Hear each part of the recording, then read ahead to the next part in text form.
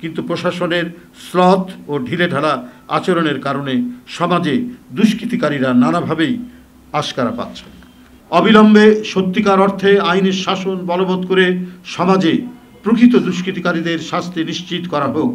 আমরা আবারও জোরালো দাবি করছি, ধর্ষণে নির্যাতিত শিশুর মৃত্যুতে হত্যাকারীদের দৃষ্টান্তমূলক শাস্তি অতি দ্রুত নিশ্চিত করা হোক।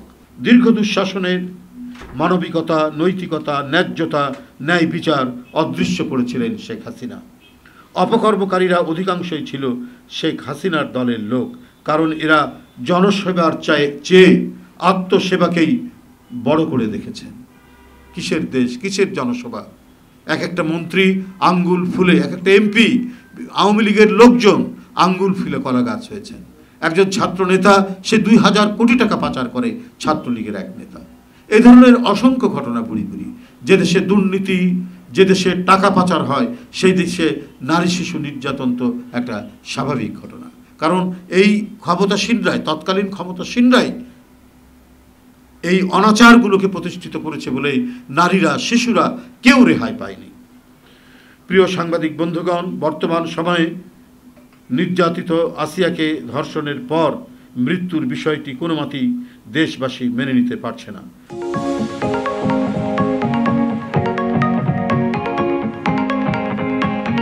বর্তমান শাসনকালে মানুষের প্রত্যাশা ছিল সারা জাতিতে তৃণমূলে অতি দ্রুত আইনের শাসন বলবৎ, কিন্তু প্রশাসনের শ্লথ ও ঢিলেঢালা আচরণের কারণে সমাজে দুষ্কৃতিকারীরা নানাভাবেই আশকারা পাচ্ছেন।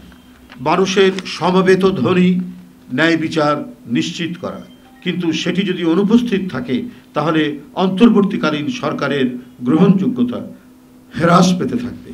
আইনের শাসনের শক্ত কাঠামো তৈরি করা হলেই ন্যায় বিচার নিশ্চিত হবে। প্রশাসন যোগ্য, দক্ষ, ন্যায়পরায়ণ, সৎ ও মানবিক না হলে সমাজে অন্যায়, অবিচার এবং খুন, জখম, নারী ও শিশু নির্যাতনের প্রকোপ জ্যামিতিক হারে বৃদ্ধি পাবে। এটাই দেশে দেশে, যুগে যুগে বিভিন্ন সমাজে আমরা সেই দৃষ্টান্তই দেখেছি, সেই উদাহরণগুলোই দেখেছি। অবিলম্বে সত্যিকার অর্থে আইনের শাসন বলবৎ করে সমাজে প্রকৃত দুষ্কৃতিকারীদের শাস্তি নিশ্চিত করা হোক।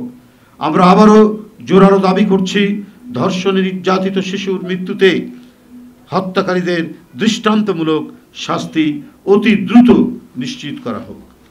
বন্ধুগণ, বাংলাদেশ জাতীয়তাবাদী দল দেশব্যাপী নারী শিশু নির্যাতন, ধর্ষণ ও হত্যার ঘটনাগুলো তথ্য সংগ্রহ, নিপীড়িত নারী ও শিশুদের আইনি এবং স্বাস্থ্য সহায়তা দেওয়ার জন্য একটি সেল গঠন করেছে।